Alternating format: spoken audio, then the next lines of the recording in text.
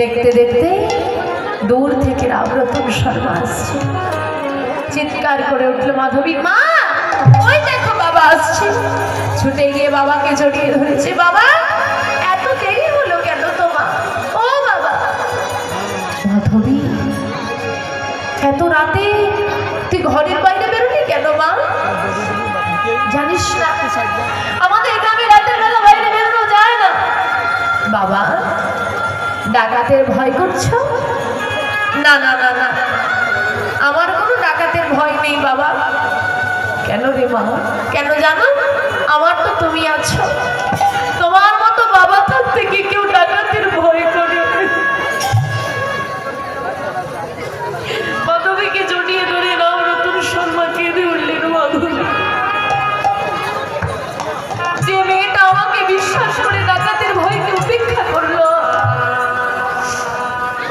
আর আমি সেই বাবা বিশ্বাসঘাতক হয়ে নিজের বাবা আমি বাবা হয়ে তার সঙ্গে বিশ্বাসঘাতকতা করেছি। আমি ডাকাতের সঙ্গে তাহলে বিয়ে করে ফেলেছি। এত বড় অন্যায় আমি কেমন করে করলাম? এই কথা আমি কেমন করে বলি মাধবীকে? আমি তার সঙ্গে এত বড় অন্যায় করেছি। উত্তর দাও দয়াময়, আমি কি করি তুমি বলে দাও। দয়াময়,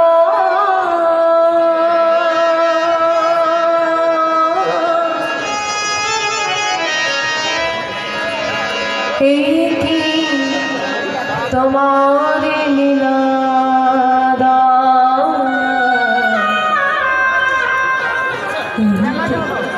তোমার লীলা। পিতাই গৌর হরি বল, হরি বল। কৃপা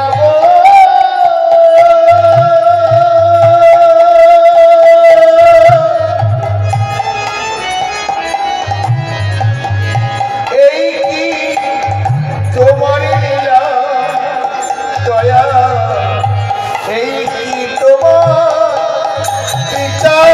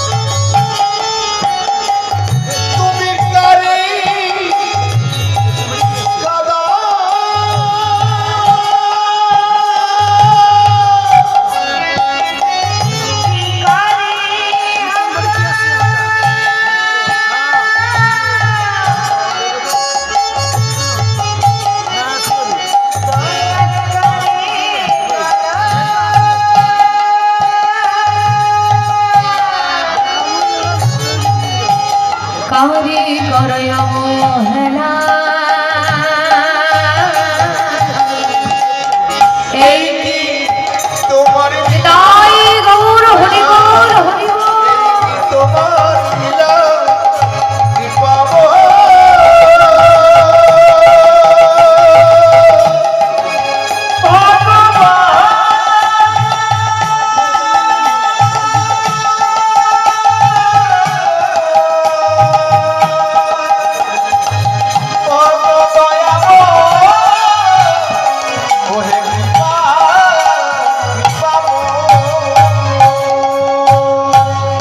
বাবা, তুমি কাঁদছো? কই না তো, তোমার চোখে জল কেন বাবা? মারে মনকে বলছো রে মন, কি করে বলি আমি তাকে? শুনলে যে মেয়েটা অনেক কষ্ট পাবে। না না না, আমি বাবা হয়ে এমন কথা বলতে পারি না। কি হলো বাবা, চুপ করে রইলে কেন? বলো তুমি কাঁদছো কেন? আসলে কি হয়েছে জানিস মা, বয়স হয়েছে, শরীরটা আজ ভালো নেই, তাই হয়তো চোখে জল এসে গেছে। চল ঘরে চল, তাড়াতাড়ি ঘরে চল। ঘরে এসে বাবা এখনো সেবা করিনি, তোমার জন্য বসে আছে, এসো বাবা। না রে মা, শরীরটা আজ ভালো নেই, তুই সেবা করে নে, আমি একটু শয়ন করি। অমাইরা বলি, বাবার অন্তরের অবস্থাটা বুঝতে পারছো? ওই বাবা কি মুখে অন্ন তুলতে পারে না? পারে না। কাবেরী দেবী বললেন, তোর বাবার বয়স হয়েছে, শরীর খারাপ হতেই পারে, তা তোর বাবাকে একটু বিশ্রাম নিতে দে, তুই আয়। রামরতন শর্মা গিয়ে বিশ্রাম নিচ্ছেন, শয়ন করলেন। এদিকে কাবেরী দেবীর সঙ্গে বসে মাধবীর সেবা করে বাবার পাশে এসে ঘুমিয়ে পড়ল। সকাল হলো। কি প্রতিদিন সকালবেলা রামরতন শর্মা আগে ঘুম থেকে উঠে স্নানাদি সেরে গিরিধারী গোপালের সেবা দেয়। না না, আজকে তিনি শয্যা পরিত্যাগ করে উঠলেন না, গ্রামে পুজো করতে যান, আজকে গেলেন না।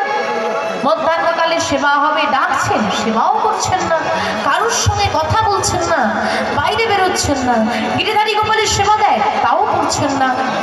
মনে মনে কাবেরী দেবী ভাবলেন হয়তো শরীরটা খুবই খারাপ, তাই হয়তো তিনি বেরোচ্ছেন না। ঠিক আছে, একটা দিন বিশ্রাম নিন। একদিন গেল, দ্বিতীয় দিন একই অবস্থা, তৃতীয় দিনে তিনি কারোর সঙ্গে কথা বলছেন না। আসলে বুকের ভেতরে বাবার যে ঝড়, সেটা তো তিনি আর প্রকাশ করতে পারছেন না। তৃতীয় দিন কাবেরী দেবী আর চুপ থাকলেন না, যে শোনো, কি হয়েছে বলো দেখি, তোমার শরীর কি খুব খারাপ? কই না তো।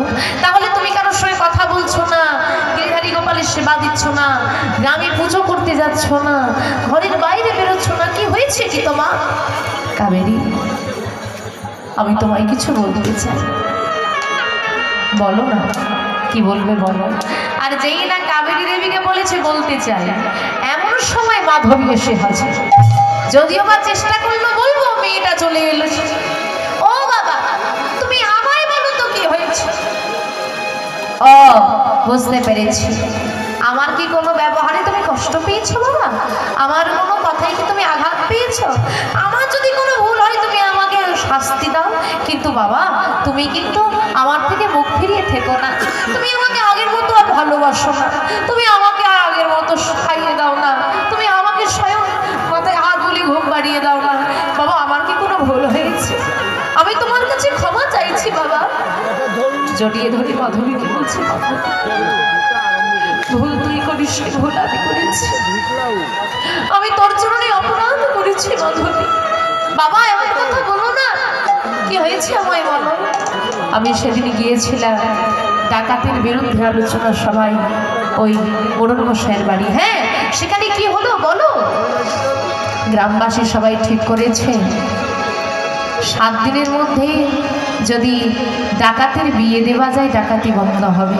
সে তো ভালো কথা, ডাকাতি বন্ধ হলে আমাদেরও তো ভালো হয়, গ্রামেরও ভালো হয়, কিন্তু বিয়েটা দিতে হবে আমাদের মেয়ে মাধবীর সঙ্গে। না